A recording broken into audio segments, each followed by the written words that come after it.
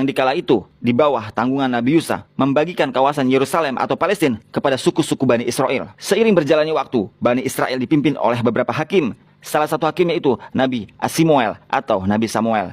Nah, Nabi Asimuel mengangkat raja pertama Bani Israel, yakni bernama Talut atau Saul. Raja Talut mempunyai pasukan bernama Daud. Nah, Nabi Daud kemudian mengalahkan Jalut. Setelah kepemimpinan Talut, maka digantikan oleh Nabi Daud. Nabi Daud mempunyai anak bernama Sulaiman, hingga akhirnya Nabi Sulaiman diangkat menjadi raja dan mendirikan Bet Hamikdas yang kita kenal, Baitul Maqdis. Singkat cerita, setelah Nabi Sulaiman itu wafat, Bani Israel terpecah jadi dua, kerajaan utara dan kerajaan selatan.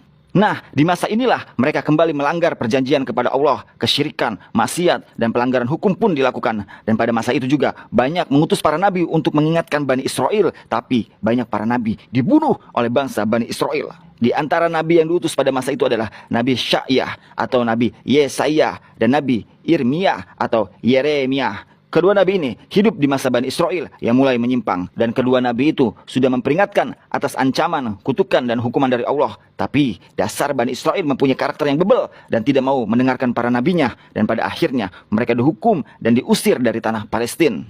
Kerajaan utara Bani Israel diinvasi oleh kerajaan Asyur pada tahun 722 sebelum Masehi, dan Bani Israel dibuang ke Anta Barantah yang sampai sekarang disebut sebagai suku Bani Israel yang hilang. Dan kerajaan selatan Bani Israel diinvasi oleh Babilonia dan mereka dibuang ke Persia. Jadi mereka diusir dari tanah yang dijanjikan itu karena mereka telah berdosa dan mengkhianati perjanjian mereka kepada Allah. Dalam kitab Yahudi disebutkan pada Yehezkiel pasal 39 ayat 23-24. Bangsa-bangsa akan tahu kaum Israel dibawa dalam pembuangan karena pelanggaran mereka, sebab mereka melakukan pengkhianatan terhadapku. Maka aku menyembunyikan mukaku daripada mereka dan menyerahkan mereka dari tangan lawan, sehingga mereka tewas oleh pedang. Walaupun Bani Israel selalu mengkhianati, tapi Allah masih sayang sama mereka. Hingga 46 tahun kemudian, mereka dapat masuk kembali ke tanah yang dijanjikan itu, hingga mereka membangun kembali Bet Hamikdas atau Baitul Maqdis yang kedua, karena yang pertama itu kan sudah dihancurkan oleh Babilonia. Apakah itu pertanda tanah yang dijanjikan itu jadi sah untuk selama-lamanya untuk Bani Israel? Dalam surat Al-Anbiya ayat 105 disebutkan,